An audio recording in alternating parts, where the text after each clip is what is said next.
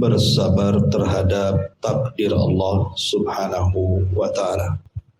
Mu'allif rahimahullahu ta'ala masih menjelaskan kepada kita tentang ibadah hati. Salah satu ibadah hati yang sangat penting sekali yang dikatakan oleh Ali bin Abi Thalib radhiyallahu an bimanzilatir ra'si anil jasad, di mana ibadah ini sama dengan posisi kepala di atas badan. Apa itu? As-sabru ala aqdarillahi azza wa jal, bersabar terhadap takdir Allah Subhanahu wa ta'ala. Ma'asyiral muslimat yang dimuliakan Allah Subhanahu wa ta'ala, sering kita mendengar pembagian sabar dalam Islam itu, di mana sabar itu terbagi menjadi 3 bagian. Sabar ketika menjalankan ketaatan, sabar ketika menjauhi kemaksiatan, dan sabar ketika menghadapi qada dan qadar. Yang dimaksud dalam bab ini adalah sabar yang terakhir, sabar terhadap qada dan qadar Allah Subhanahu wa ta'ala. Dunia ini secara keseluruhan Ibu adalah sabar. Secara keseluruhan dunia ini adalah kesabaran. Karena setiap manusia pasti diuji. Tidak ada satu manusia yang hidup di bumi yang tidak diuji oleh Allah. Pasti diuji. Dan ujian itu perlu kesabaran. Bahkan orang ingin mendapatkan nikmat saja harus sabar. Ibu ingin punya anak, ibu harus sabar. Mengandung 9 bulan dengan berbagai macam keletihan kelemahannya. Setelah anak itu lahir kemudian disusui 2 tahun, kemudian diberikan pendidikan, sabar, harus sabar. Kemudian seorang suami ingin membangun rumah, itu pun harus sabar. Mencari uang dulu, terkadang membeli tanah, kemudian membangunnya, atau membeli rumah jadi dan menyicilnya. Terkadang ada rintangan di jalan saat menyicilnya, dan begitu seterusnya. Perlu kesabaran. Terkadang orang diuji dengan tetangganya, diuji dengan anaknya, diuji dengan pasangannya, diuji dengan orang tuanya, diuji oleh manusia lain, sehingga perlu kesabaran.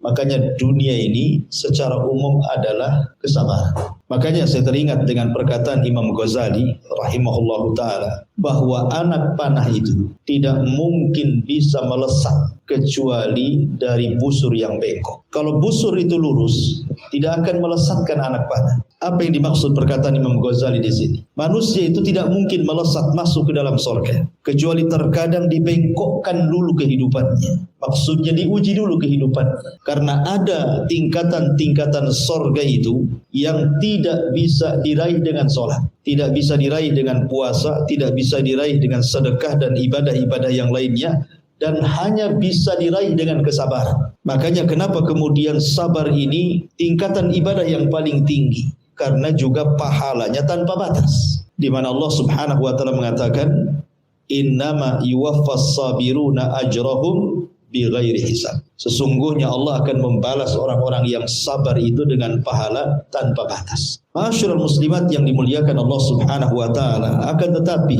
kalau kita melihat kondisi manusia, saya, ibu atau siapapun, apabila diuji oleh Allah Subhanahu wa ta'ala dengan sebuah ujian, maka manusia dengan ujian itu ada 4 tingkatan. Semua manusia seperti itu. Manusia di depan ujian itu ada 4 tingkatan. Tingkatan yang pertama, dan ini yang paling buruk, dia tidak bersabar dan tidak redha. Dia tidak bersabar dan tidak redha.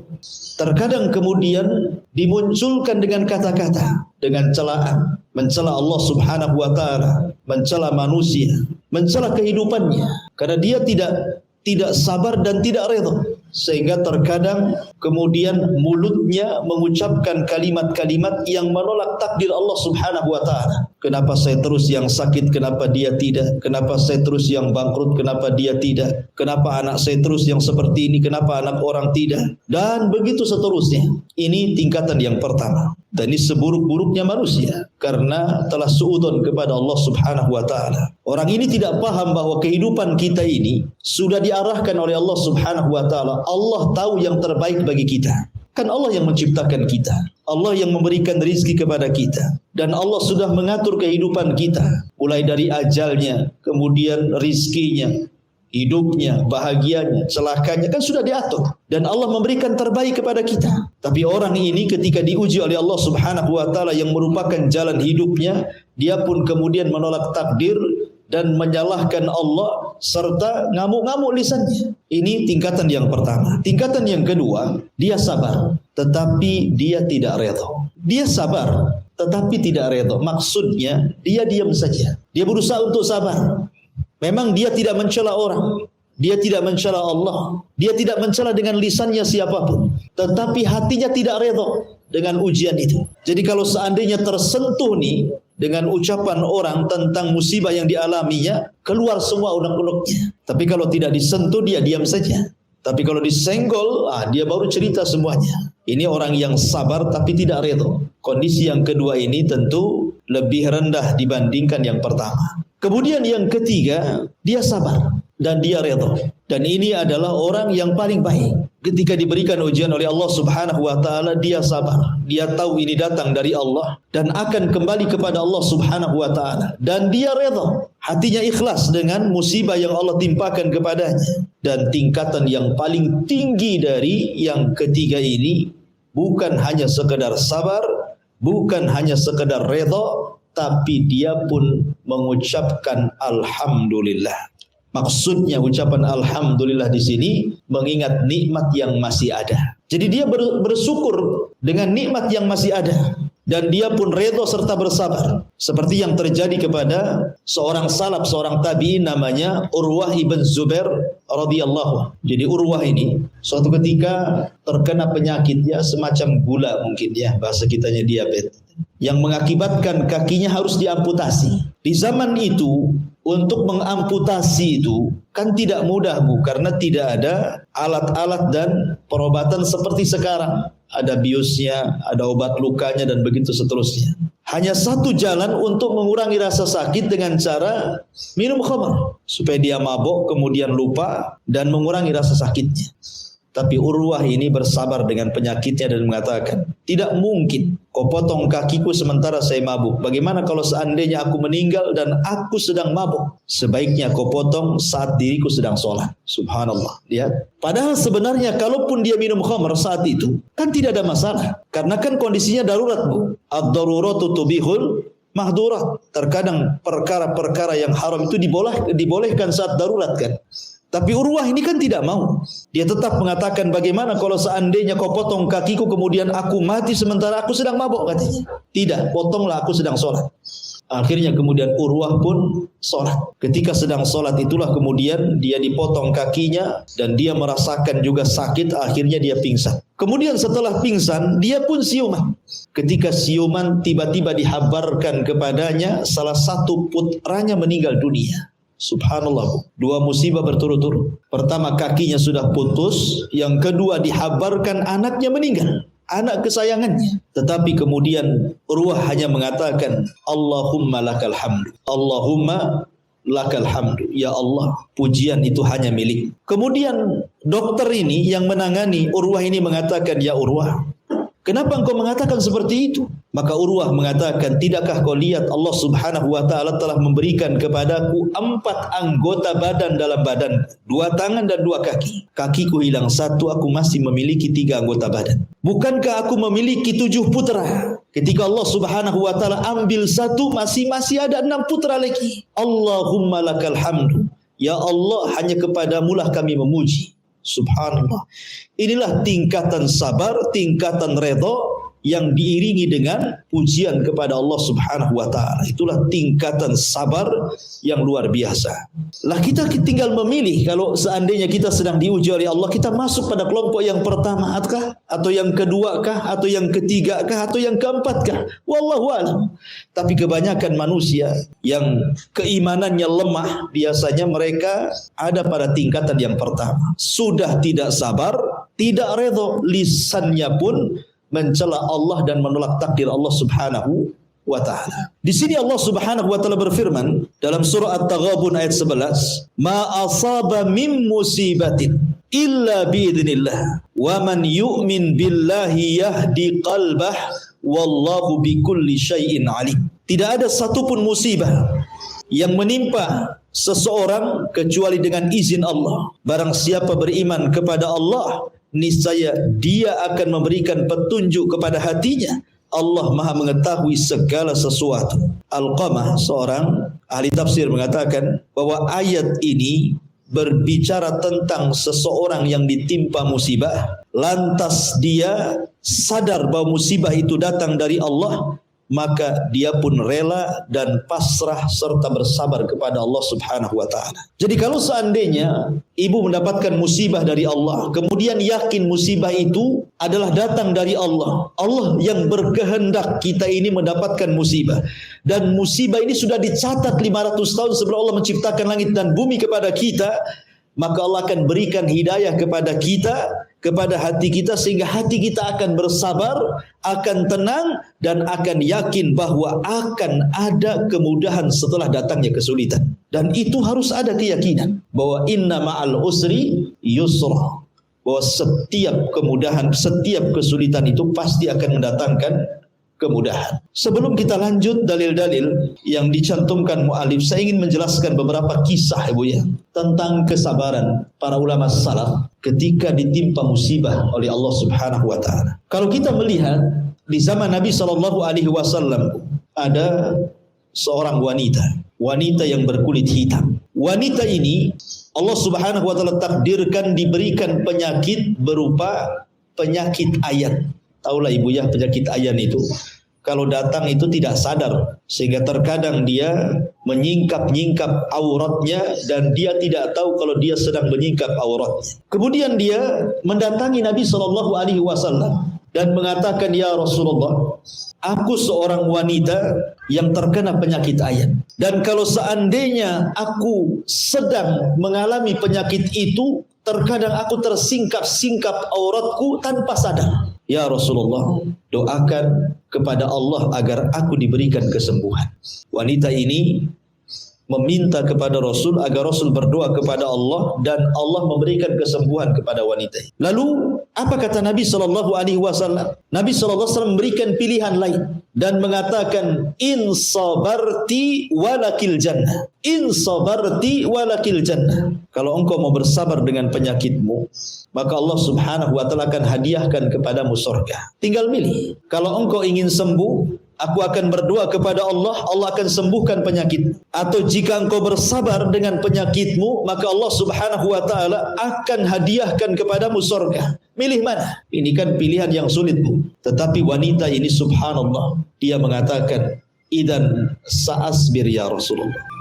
Kalau begitu wahai Rasulullah, lebih baik aku sabar, karena jelas pahalanya surga. Akan tetapi ya Rasulullah, biarkan penyakitku bersarang pada badan, tetapi berdoalah kepada Allah, kalau datang penyakit itu kepadaku, janganlah sampai aku menyingkap-nyingkap auratku, katanya. Lihat bagaimana kesabaran wanita ini. Dia memilih surga walaupun dia harus di atas penyakitnya. Begitulah pelajaran ulama salaf dulu. Karena begini, Bu, Allah Subhanahu wa taala ketika berfirman di dalam Al-Quran tentang pentingnya seseorang itu bersabar, apa kata Allah Subhanahu wa taala? Wa basyiri sabirin alladzina idza asabatkum musibah qalu inna lillahi wa inna ilaihi rajiun. Wa basyiris sabirin. Beri kabar gembira kepada siapa? Kepada orang-orang yang sabar. Sabar itu dikatakan sabar, bukan setelah ibu lupa tentang musibah. Bukan itu. Kebanyakan orang sabar itu kalau sudah lupa dengan musibah. Mungkin dengan berjalannya waktu, Bu ya. Mungkin salah seorang dari kita ada yang ditinggal mati oleh orang yang dicintainya, entah pasangannya, entah anaknya, entah orang tuanya, atau siapapun lah yang kita cintai. Terkadang baru kita sabar itu kalau sudah berlalunya waktu, sudah sedikit melupakan, baru kita mau sabar. Bukan itu. Sabar itu bukan setelah lupa akan musibah. Dahulu di zaman Nabi SAW, ada seorang ibu meninggal, salah satu putrinya meninggal, dan itu putri si mata wayangnya meninggal dunia. Akhirnya kemudian sang ibu ini menangis di kuburan putrinya ini, tidak mau pulang dia. Kemudian lewatlah Nabi sallallahu alaihi wasallam. Kata Nabi sallallahu alaihi wasallam, "Ya fulanah, ittaqillah." Wahai fulanah, bertakwalah kepada Allah, wasbiri, dan bersabarlah. Wanita ini tiba-tiba menjawab tanpa melihat wajah siapa yang menegurnya. Tiba-tiba wanita ini mengatakan kepada Nabi SAW, "Ya, kau bisa mengatakan seperti itu karena musibah itu tidak bisa menimpa. Kau bisa mengatakan seperti itu dengan mudahnya karena musibah itu tidak menimpa." Kan memang begitu, Bu ya, umumnya manusia kan gitu ya. Ibu dapat musibah hari ini, kemudian dinasihati kawannya, "Yang sabar." Pasti jawaban ibu apa? "Iya, kau bisa ngomong sabar sama saya. Kok kan nggak merasakan?" Nah, kan begitu ya umumnya orang itu kalau dinasihati pasti ngomong begitu tuh. Karena dia yang merasakan musibah kan. Orang kan nggak merasakan, orang hanya bisa menasihati yang sabar, yang sabar. Ya jawaban kita, iya kau bisa saja ngomong begitu, sabar-sabar, enak kali. Bukankah yang kena musibah saya?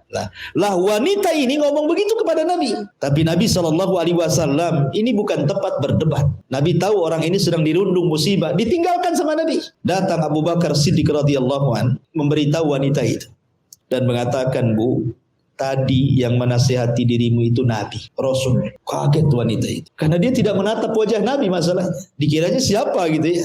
Akhirnya wanita ini karena malunya, kemudian dia pun langsung lari menuju rumah Nabi SAW dan tidak didapatinya rumah Rasul itu bawabah, artinya satpam bahasa kitanya. Artinya orang bisa langsung menemui Rasul, maka dia pun minta maaf karena sudah membantah Nabi SAW. Tapi Nabi paham dengan wanita ini, kemudian memberikan satu pengajaran dan satu pelajaran besar bagi kita umatnya.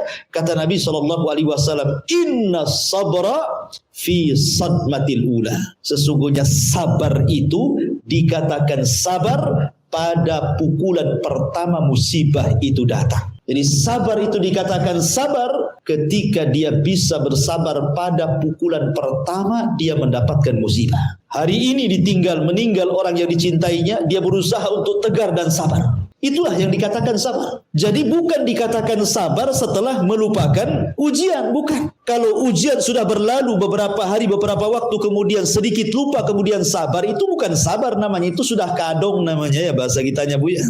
Mau diapakan lagi?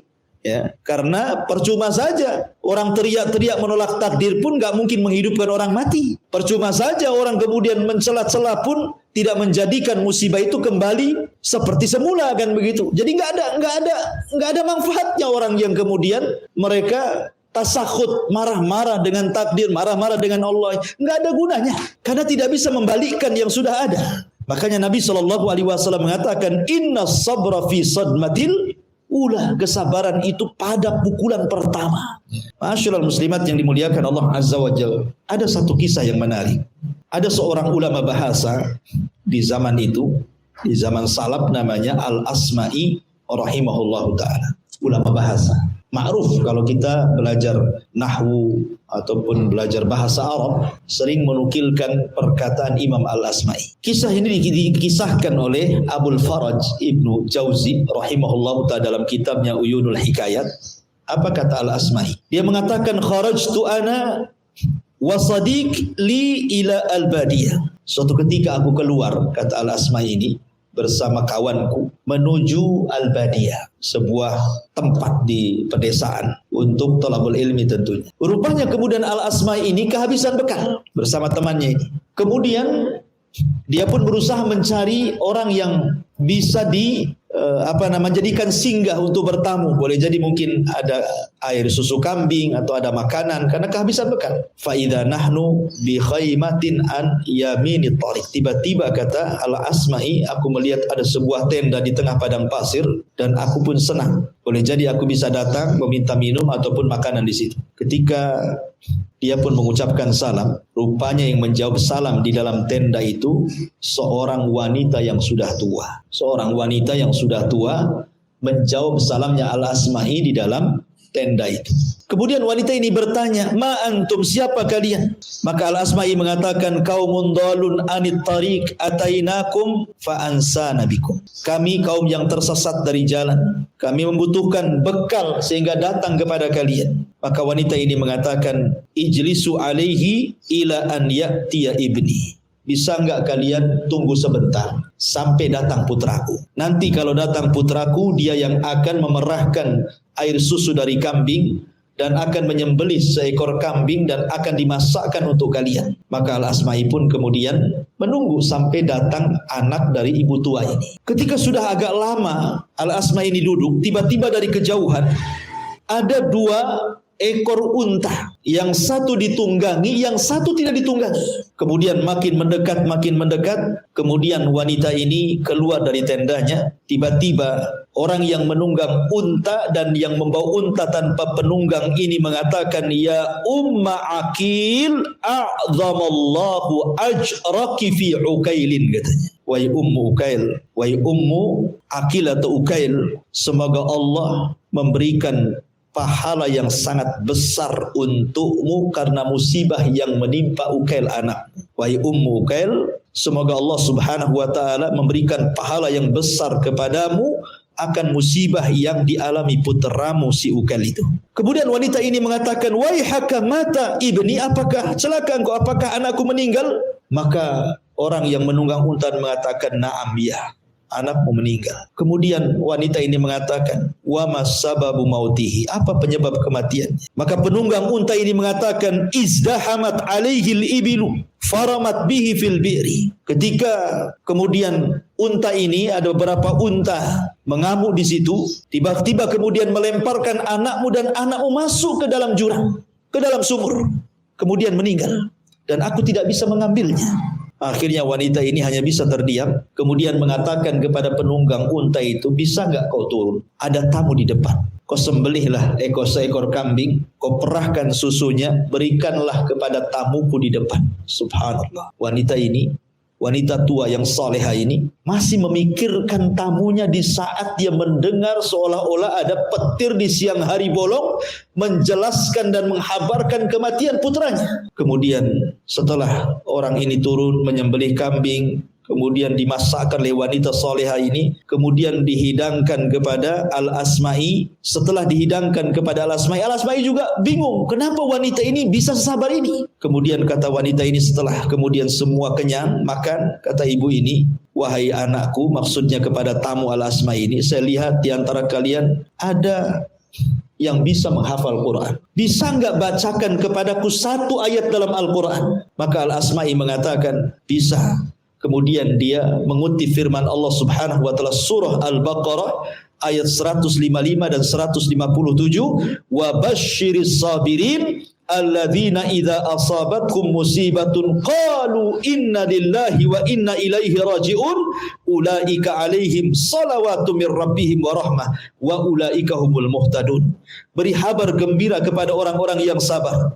Orang-orang yang apabila ditimpa musibah kepada mereka, mereka mengatakan inna lillahi wa inna ilaihi raji'un. Wanita ini mengatakan, "Allah innaha la fi kitabillahi hakada." Demi Allah memang harusnya seperti itu. Memang harusnya seperti itu.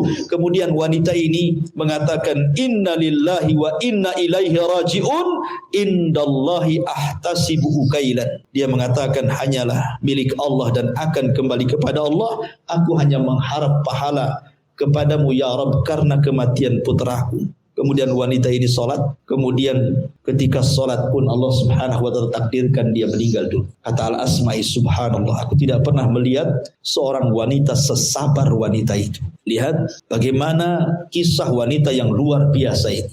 Dan ini contoh bagi kita kan, bagaimana kesabaran orang-orang dulu. Karena begini Bu, kalau orang itu berdoa kepada Allah Subhanahu wa ta'ala, minta pahala akan kesabaran kita, minta ganti apa yang sudah hilang dari kita, ibu harus yakin Allah yang memberikan ujian, Allah yang akan memberikan pahala kepada ujian tersebut.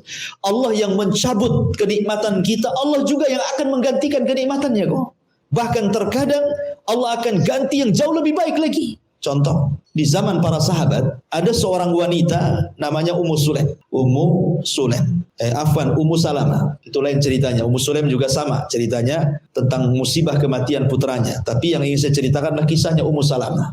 Ummu Salamah ini menikah dengan Abu Salamah dan itu sahabat yang awal-awal masuk Islam tuh. Ya, kesabarannya luar biasa Ummu Salamah ini. Jadi Allah takdirkan ketika mereka hijrah ke Habasyah, kemudian menyusul hijrah ke kota Madinah, kemudian terjadi perang Badar dan perang Uhud, suaminya terluka di perang Uhud, kemudian mengakibatkan meninggal dunia. Dan Ummu Salamah, tidak ada laki-laki yang jauh lebih dicintai dibandingkan Abu Salamah. Nabi SAW bertakziah kepada Ummu Salamah, kemudian memberikan nasihat dan mengatakan, ya Ummu Salamah, kuli katakan, Allahumma jurni fi musibati wa khluf li khairan min zawji. Katakan ya Ummu Salamah, katakan kepada Allah, berikan pahala atas musibah yang menimpaku dan gantikanlah Abu Salamah dengan ganti yang jauh lebih baik lagi. Awalnya Ummu Salamah tidak mengucapkannya, tapi Rasul mengatakan sudah ucapkan saja, ini doa baik.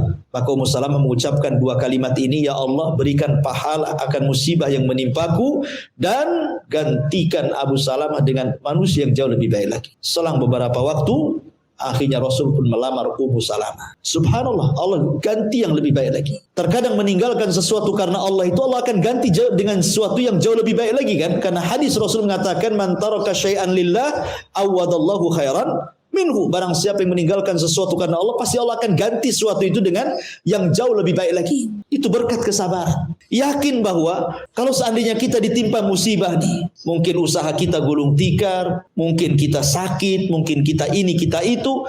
Kalau kita berdoa kepada Allah agar kita mendapatkan pahala dari musibah yang diderita kita, kemudian kita minta kepada Allah gantinya, saya yakin Bu, Allah pasti akan mengganti dengan sesuatu yang jauh lebih baik lagi, tidak di dunia, di akhirat. Ya. Maka di sini mu'alif rahimahullah ta'ala mengatakan ma asaba min musibatin illa biidznillah. Tidak ada satu musibah pun yang menimpa seseorang kecuali karena izin Allah Subhanahu wa ta'ala. Kemudian juga riwayat dalam Sahih Muslim dari Abu Hurairah radhiyallahu an, Nabi SAW bersabda, "Itsnatani fin nasi huma bihim kufrun at-ta'nu fin nasabi wan niyahatu 'alal mayyit." Dua perkara yang masih dikerjakan orang padahal kedua-duanya adalah kekafiran. Satu, mencela nasab orang lain, yang kedua meratapi orang yang telah meninggal. Dan Imam Bukhari Muslim meriwayatkan secara marfu dari Abdullah ibn Mas'ud radhiyallahu anhum, laisa minna man darabal khudud wa syaqqal juyub wa da'a bidakwal jahiliyah. Tidaklah termasuk golongan kami, kata Rasulullah, ketika ditimpa musibah mereka memukul-mukul pipi, merobek-robek kerah baju, atau menyeru-nyeru seperti seruan orang-orang jahiliyah. Di sini mu'alif ingin mencontohkan kepada kita tentang orang-orang yang tidak sabar dengan takdir, orang yang tidak sabar dengan qada dan qadar Allah Subhanahu wa ta'ala.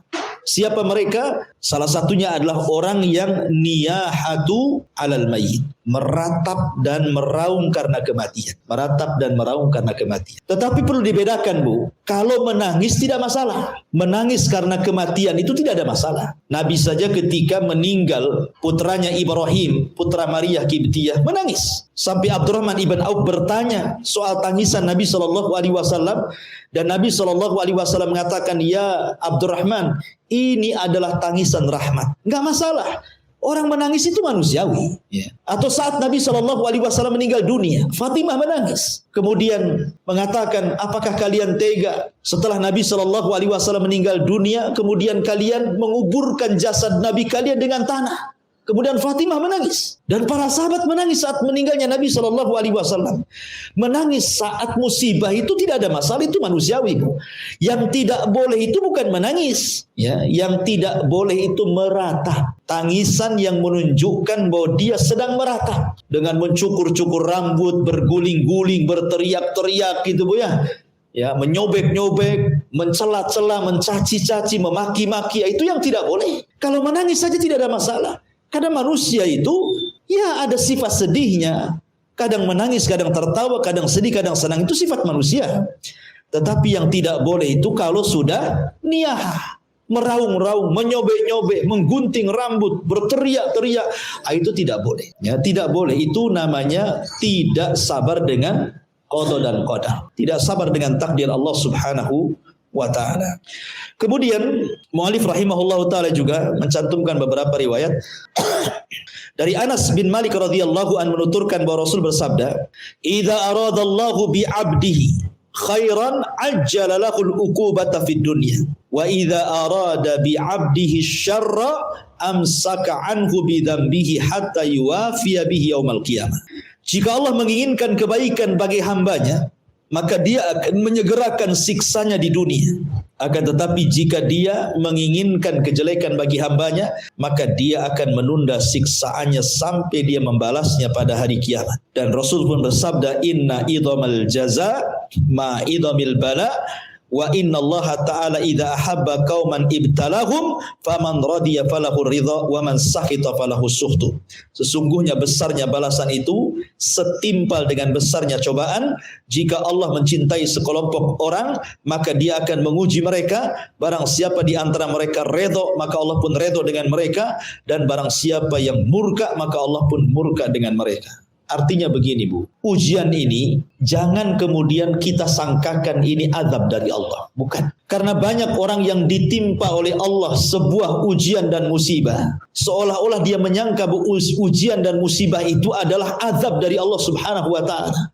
Tidak. Ya, jangan sampai ja'ala fitnatan nas ka'adzabillah, menjadikan fitnah manusia seperti azab dari Allah Subhanahu wa taala. Tidak boleh. Ya, dengan kemudian mengatakan, "Ya Rabb, kenapa mesti saya yang kau terus uji? Kenapa mesti anak saya yang kau terus uji? Kenapa mesti usaha saya yang terus kau uji?" Dan begitu seterusnya. Seolah-olah ujian itu azab bagi dia. Bukan. Karena terkadang Allah itu kalau hendak berbuat baik kepada hambanya, maka Allah akan segerakan hukumannya di dunia. Ya. Karena tidak mungkin kemudian orang itu akan ditimpakan perasaan dua takut di dunia dan di akhirat. Kalau orang dia merasa takut di dunia, maka akan aman di akhirat. Kalau dia merasa aman di dunia, dia akan takut di akhirat. Ya. Jadi ketika Allah Subhanahu wa ta'ala kemudian menakut-nakuti dia di dunia dengan musibah gitu ya, maka jangan perlu takut. Anggaplah ini ujian itu untuk menggembleng kita, bahwa kita tidak mungkin masuk surga dengan mudah kecuali dengan adanya ujian, dan adanya ujian itulah muncul kesabaran. Lihat firman Allah Subhanahu wa ta'ala, Bu.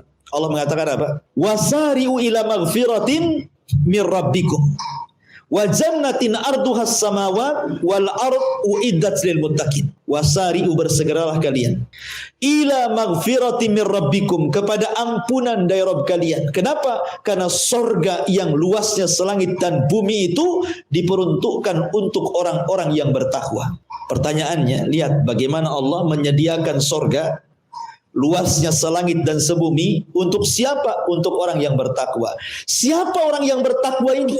Allah katakan, "Alladzina yunfikuna fis sarra'i wadh-dharra wal kadhiminal ghaidh wal 'afina 'anil nas." Orang-orang yang bisa menafkahkan dengan hartanya dalam kondisi sarra wa dharra, baik dalam kondisi senang ataupun sulit, dia tetap menginfakkan hartanya. Tetapi tidak cukup sampai di sini. "Ya Rabb, saya tidak bisa berinfak untuk meraih surga yang seluas selangit dan sebumi." Maka ada yang keduanya. Apa itu? Wal kadhiminal ghaidh, dan berusaha untuk sabar. Ya, menyembunyikan kemarahan, artinya sabar. Dicaci ya sabar, dimaki ya sabar, difitnah ya sabar, dibuli ya sabar, ngomong tentang apa saja soal ibu-ibu sabar.